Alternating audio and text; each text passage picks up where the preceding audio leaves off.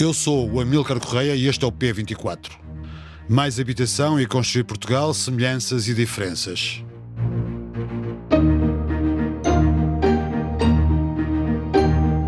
Chama-se Construir Portugal e é a nova estratégia do atual governo para responder à crise de habitação. A aposta reside no aumento da oferta no mercado. Daí que, nos próximos meses, o governo pretende lançar quer novas linhas de crédito para incentivar a construção destinada ao arrendamento, quer uma garantia pública para financiar cooperativas de habitação. Entre as medidas agora revogadas figura o fim das restrições ao alojamento local e entre as medidas que se mantêm encontra-se o apoio extraordinário à renda. As principais novidades deste programa dizem respeito ao envolvimento das autarquias neste processo e o desbloqueamento de candidaturas à construção e reabilitação que se encontram paradas no Instituto de Habitação e Reabilitação Urbana. Samuel Gonçalves, arquiteto que tem assinado no Público vários textos sobre a crise de habitação, explica neste podcast quais são as diferenças e semelhanças entre os programas do PS e da AD. Bem-vindos ao P24 desta quarta-feira, dia 15 de maio de 2024. Samuel Gonçalves, obrigado por ter vindo a este P24. Começava por lhe perguntar quais são as principais diferenças entre os programas Mais Habitação e Construir Portugal que o Governo apresentou esta última sexta-feira?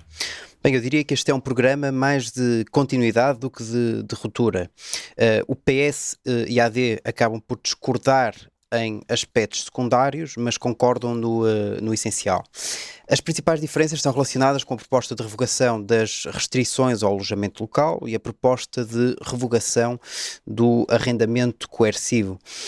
Mas, apesar destes serem temas muito apelativos do ponto de vista mediático e até do confronto político-partidário, eu diria que a implementação ou a revogação destas medidas terá um impacto muito reduzido na resolução dos problemas da habitação que agora atravessamos. Portanto, no essencial, o PS e a AD estão de acordo e falo, por exemplo, na manutenção dos apoios extraordinários à renda, até aqui com alguns reforços, da manutenção do simplex urbanístico. Portanto, eu vejo que a AD reconhece que essa foi uma medida necessária implementada pelo anterior governo e propõe apenas melhorar ou aprofundar essa medida, mas não alterar nem revogar, e sobretudo na consciência que está presente em ambos os governos, neste e no anterior, na consciência da necessidade de aumentar o parque público habitacional, e isso é absolutamente central. De qualquer forma, eu acho que é importante deixarmos claro que o que neste momento estamos a avaliar é uma versão preliminar do documento, não apenas pelo nível de maturação em que ele se encontra, mas também por outro aspecto. Algumas destas medidas poderão ser executadas diretamente por decreto pelo Governo, mas outras carecem de aprovação na Assembleia da República. E no contexto atual de um governo minoritário, essas medidas que carecem da aprovação na Assembleia da República serão certamente, sujeitas a muita alteração e muita negociação. Portanto, entre aquilo que o governo hoje apresenta e o que conseguirá no final executar, vamos encontrar certamente muitas diferenças. Mas sendo um programa de alguma forma de continuidade, ele contém também algumas diferenças substanciais, algumas novidades face ao Mais Habitação. Sim, lá está, novamente a revogação das restrições ao alojamento local e a revogação do arrendamento coercivo, mas eu diria que aqui estamos a falar de questões que do ponto de vista prático na resolução do problema da habitação não são assim tão significativas. Podemos falar em concreto do arrendamento coercivo. Repare que quando o governo anterior lançou esta ideia para cima da mesa, também rapidamente se apressou em transpor esta responsabilidade do arrendamento coercivo para os municípios e vários municípios se apressaram também em vir dizer que não estavam interessados em executar esta medida, em executar esta autoridade. Portanto, era uma medida que provavelmente nunca iria acontecer. essa medida agora ser revogada terá uma consequência também muito baixa, porque estamos a revogar uma medida que provavelmente não seria posta em prática. Agora, vemos também algumas alterações que são mais de detalhe. Podemos falar, por exemplo, da medida da Porta 65, que era uma medida que já existia anteriormente, que já estava implementada e agora no novo programa vem propor um alargamento da elegibilidade dessa medida, que no fundo é uma medida de apoio ao arrendamento jovem. Portanto, falamos sempre de ajustes, eu diria, de algum detalhe, não é? Mas o envolvimento das autarquias altera-se, não é? Há uma maior participação das autarquias neste programa e esse envolvimento pode ser mais benéfico para a execução do programa Construir Portugal? Sim, eu diria que o envolvimento das autarquias é essencial e este programa vem dar uma espécie de voto de confiança às autarquias, sobretudo em 3 pontos. O primeiro é na agilização dos processos de reabilitação e de construção dos fogos do PRR através de uma medida que o Ministro das Infraestruturas e da Habitação definiu como ovo de Colombo. Depois podemos aprofundar um bocadinho isto, se lhe parecer bem. Segundo, na determinação de regras específicas para o alojamento local, de forma mais autónoma, município a município, no fundo respeitando a independência de cada território e o caso concreto de cada território. E terceiro, na criação de um regime semiautomático para a utilização de imóveis devolutos do Estado. Portanto, os municípios passam a poder identificar imóveis do Estado que se encontrem devolutos e de forma autónoma apresentar propostas para a ocupação destes imóveis. E então, aqui o governo acaba por ganhar por 2 vias. Primeiro, porque tem os municípios a apoiar na elaboração deste levantamento dos imóveis devolutos do Estado, um trabalho que na verdade já devia ter sido feito há décadas, e segundo, porque isto vem também descentralizar alguns serviços e retira alguma carga de trabalho, alguma carga burocrática à administração central, ao próprio governo, que assim se apoia nesta rede capilar dos municípios. Há uma maior aposta também na construção, na colocação de casas no mercado, ou também podemos falar numa continuidade? Bem, este programa de facto reforça de alguma forma a aposta na construção nova, não é? E eu diria que aqui é importante nós olharmos para este problema da oferta a 2 velocidades. Antes de mais, há que reconhecer que há aqui um enorme desfazamento entre o crescimento das famílias e o crescimento do rendimento das famílias e o crescimento dos custos da habitação na última década.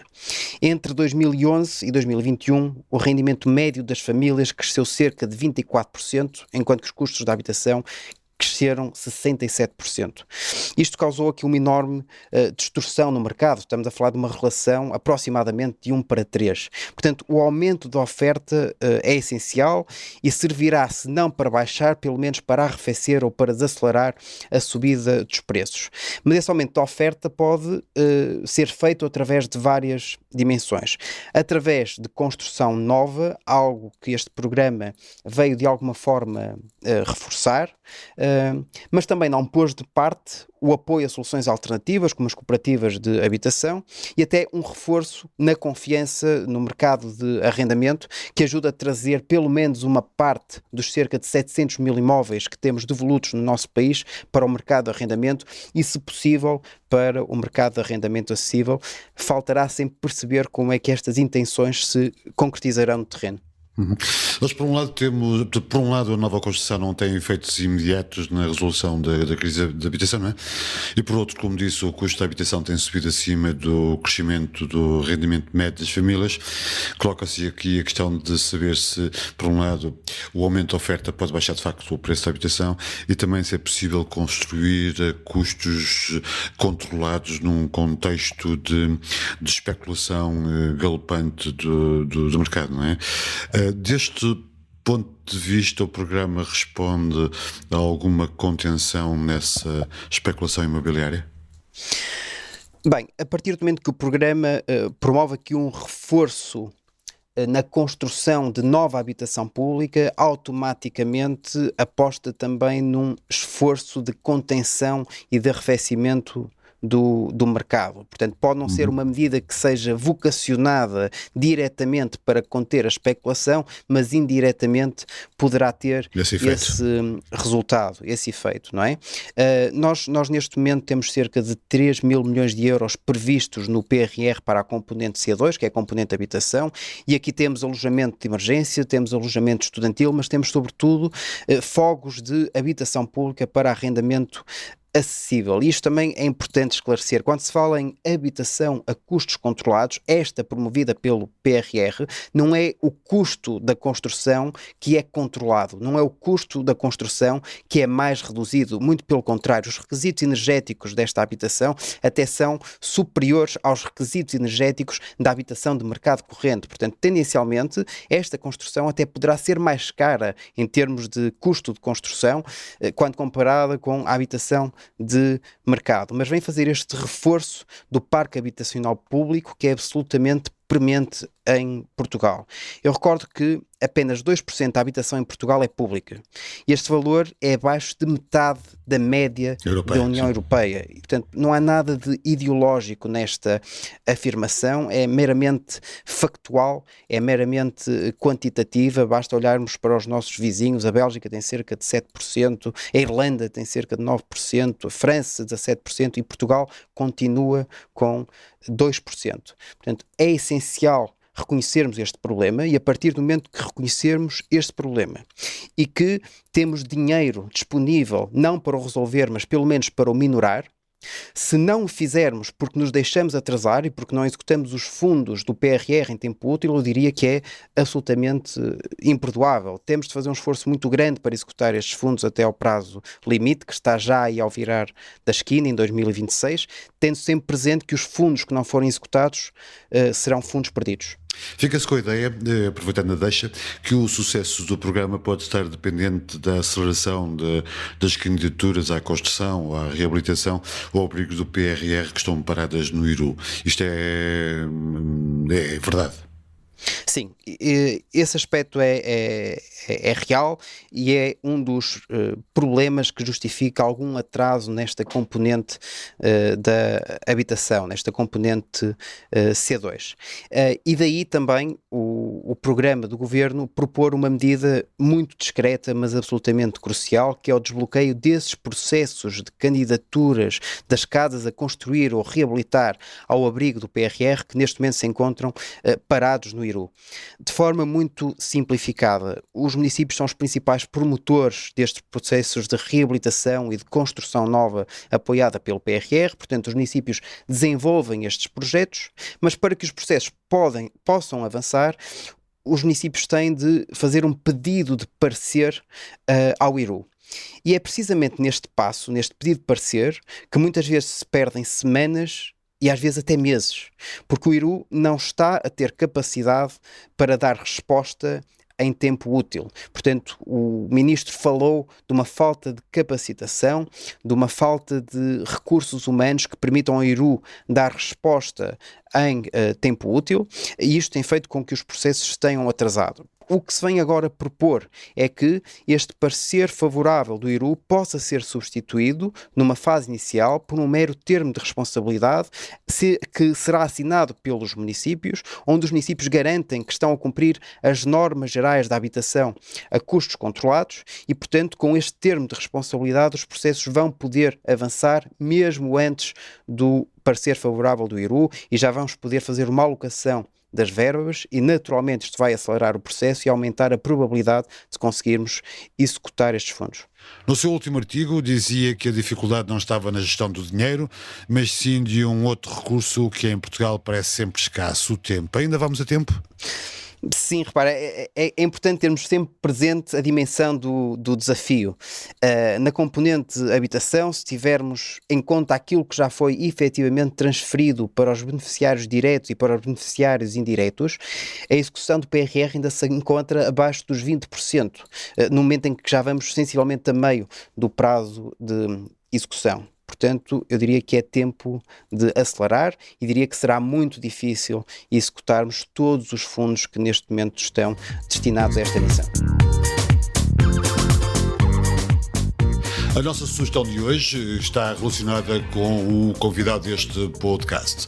Samuel Gonçalves é arquiteto e autor do sistema construtivo Gomos, que é uma referência da arquitetura modular e pré-fabricada. Para além desta atividade, Samuel foi um dos fundadores dos All in Nothing, uma banda portuguesa, mas transatlântica, que faz a ponte entre Portugal e o Brasil com um sotaque eletrónico. Ficamos com Ruído, uma das suas músicas. Conheça os podcasts do Público em público.pt/podcasts. Obrigado por ouvir o P24. Voltamos amanhã.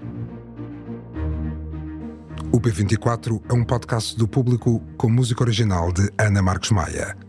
A sonoplastia deste episódio é de Inês Rocha.